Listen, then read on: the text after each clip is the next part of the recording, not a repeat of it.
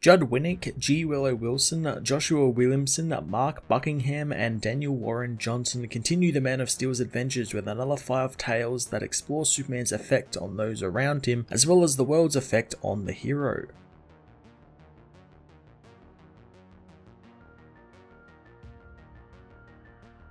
5 more writers join the Red and Blue writers pool, injecting even more inspiration and heroism into the already overflowing well of amazing Superman stories this series has offered us. Like how in previous issues there was a loose theme throughout these stories, with them dealing on stuff that focus on other Supermen from other Earths, or how the hero is viewed by his closest allies and friends and villains. This issue, however, looked at Superman's view of the world that adopted him, as well as how Clark is a hero in and out of the costume. I thoroughly enjoyed getting to see things like Clark's first meeting with Krypto by Judd Winnick, and how important that was for the young boy who felt himself different from everyone else because he was different from everyone else, and to have someone and find someone just like him in a world to relate to was just fantastic. Joshua Williamson also explored a small, very wholesome moment between friends, and how, despite all he has seen and captured on film of Superman, Jimmy Olsen's favourite photo is that of Superman just being a best friend and being there for his friend. The highlight of the issue, however, had to have been Daniel Warren Johnson's issue-ending story, effortlessly showcasing how Pa Kent's words and actions helped shape Clark into the hero, who then also imparted those same values onto the world that took him in.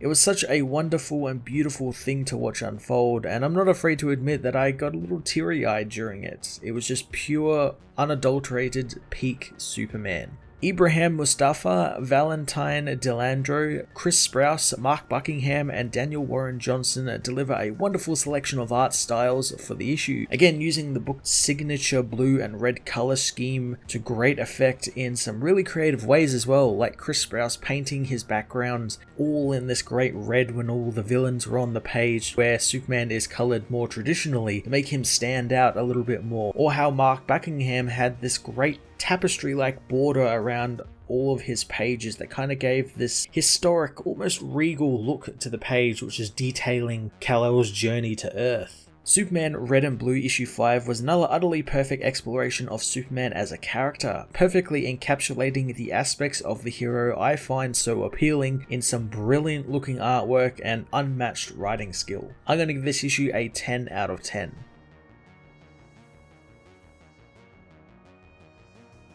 Superman Red and Blue issue 5 heads to the Kent home, where Pa Kent notices that Clark isn't eating his usual amount of food. Later on, he talks with Martha, having noticed Clark sulking around lately, knowing something is bothering the boy. Martha knows that Clark can hear him, and the boy can as he comes inside. Jonathan knows that, but it doesn't mean he's listening, since if something is annoying him, he needs to talk. Clark slams the door as he leaves the house, and his parents go after him, finding the boy looking at something a few miles away in the sky, finding something is crashing down near Willow Creek. Clark says that something fell out of the sky as he races off through the fields, told to wait for his parents as the boy finds a crashed ship. Jonathan and Martha catch up to him, and Jonathan knows that it's not from around here, as it looks like the one Clark came in. As Clark goes to touch it, it speaks in an alien language and opens up to him, almost as if it knows him. Inside, Clark finds a little white puppy who jumps on him. The dog speeds off and Clark takes off after him, as Mara and Pa Kent meanwhile find a hologram on the ship from Jor-El, detailing one of the scientist's tests for his prototype ship, which he will now use live cargo in. Jor-El is confident the life support systems will operate, but the auto-navigational network isn't functioning at full launch standards. He says on a personal note, his son Kal-El has taken a liking to the test subject, which is his fault for running evaluations at home. He says his son babbles away at the dog, but he thinks he has named it Krypto. Clark plays with Krypto, throwing a stick miles into the farmland, which Krypto easily goes after.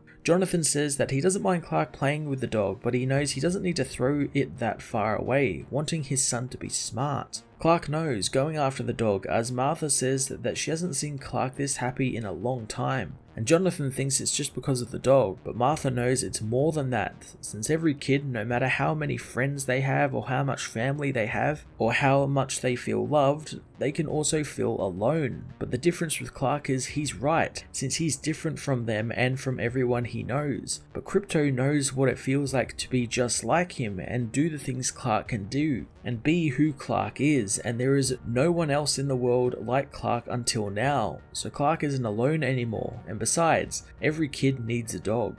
In summertime Metropolis, Clark enters a local convenience store, saying hi to Lisa the clerk as he bumps into a comic rack, barely saving it from falling over, as Lisa says every single time he comes in he does that. Clark knows that one of these days he'll remember that it's there, as he asks where Mr. Tran is. Lisa says that he's meeting a delivery guy to discuss a schedule, and he said that she was old enough to watch the store by herself. Clark thinks that's a big responsibility as he retrieves his drinks. As he pays, he talks to Lisa about her exams, but the girl says that she'll fail thanks to the difficult quadratic equations. Clark knows that she'll do great, reminding her of an easy way to remember her answers as a masked man enters the shop, demanding money from the register. The young man tells them to do what he says and everyone will walk out of there alive. Clark tells Lisa to stay there and don't come out from behind the counter, assuring the girl they are not going to die. Clark confronts the boy, telling him to put the gun down and talk, but the boy says he's not afraid to put a bullet in the freakishly tall guy.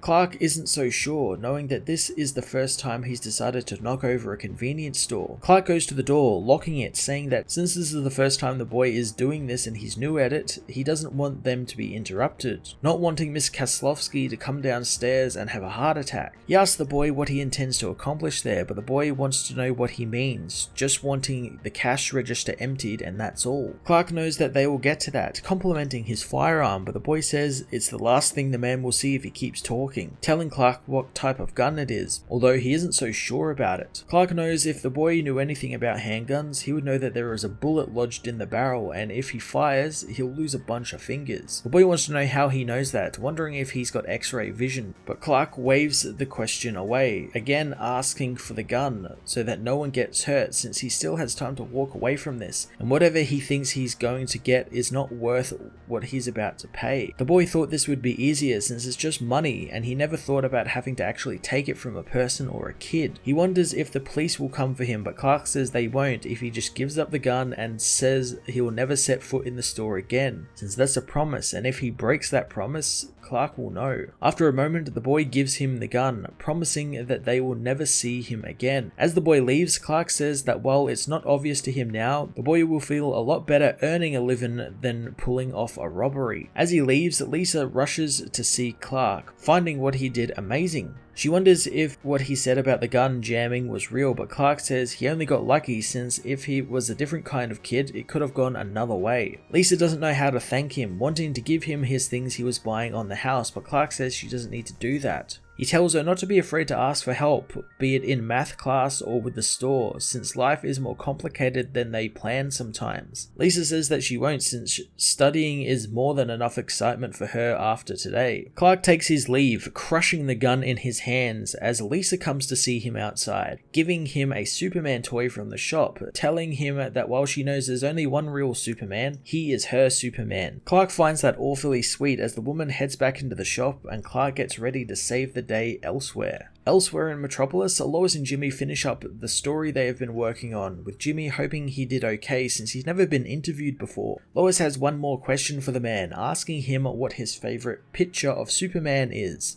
Jimmy doesn't really understand, so Lois says that he's responsible for some of the most iconic images of Superman, having been there for some of the biggest moments of his life, so he must have a favorite. Jimmy thinks about it, remembering when a group of Superman's biggest villains led by Lex Luthor confronted the hero. Jimmy races off into the area, telling Perry that he's got to get the shot. So as Superman battles the villains, Jimmy races through the battlefield, getting to a rooftop just in time to get the shot of Superman saving some children after defeating the villains. Superman comes to see his pal, who says that he got the perfect shot of the hero. Superman saw that he did, but he points out to Jimmy that in his excitement, he left his lens cap on the camera. As Jimmy looks it over and removes it, the camera goes off, taking a picture of both of them. Jimmy tells Lois that he has a few favorites, but it's hard to pick one, asking Lois what her favorite is, as the photographer knows his favorite is the one of him and Superman laughing about the lens cap. A long time ago, Kal-El's rocket races away from the doomed Krypton as Jor-El hopes Lara will forgive him, since the High Council refused to listen to him, dismissing his claims of the planet being doomed. As the rocket speeds through the chaos of space around Krypton, Jor-El says that he had hoped to offer salvation, but the Council responded with accusations of sedition. He knows their potential for greatness is undermined by their political dogma and self-interest and profit. He knows that their sheer hubris makes them think that they could bend a planet to their will, denying any threat while the ground cracks beneath them, and now the truth is upon them, and all Kryptonians all now stand equal and united in their demise. Jor-El says that he has no choice but to pledge his silence on the matter, but he knows at least one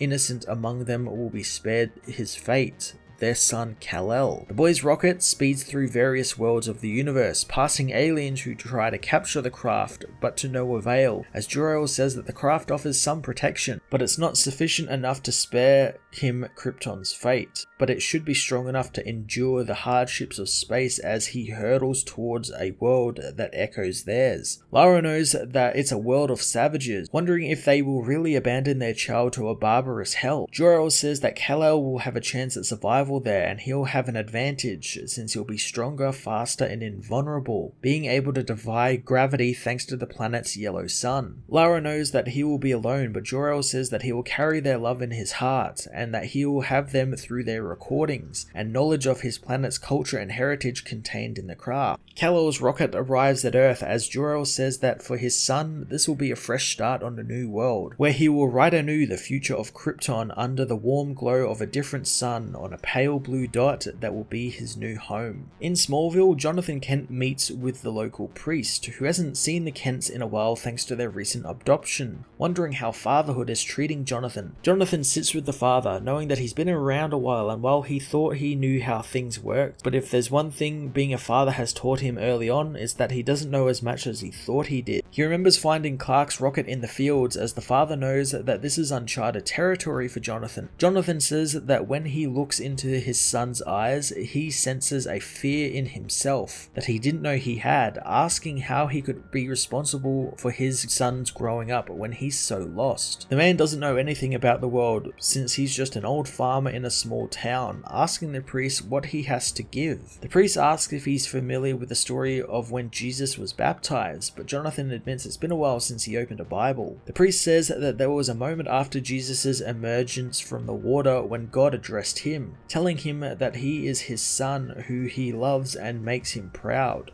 The priest thinks that maybe Jonathan needs to make sure his boy knows how he feels about him, and the rest will just fall into place. Jonathan thanks the priest, told to go in peace as he heads home, telling the sleepy baby Clark that he is special. Over the years, Jonathan continues to reinforce this into his son, telling him he is special, he is loved, and he is proud of him. Soon Clark's powers develop, but Jonathan continues to tell his son that he is loved, he is special, and he is proud of him. As an adult, Clark remembers these words his father said as he visits his grave, soon leaving to save the world, telling its people that they are special, he loves them, and he is so proud of the Earth.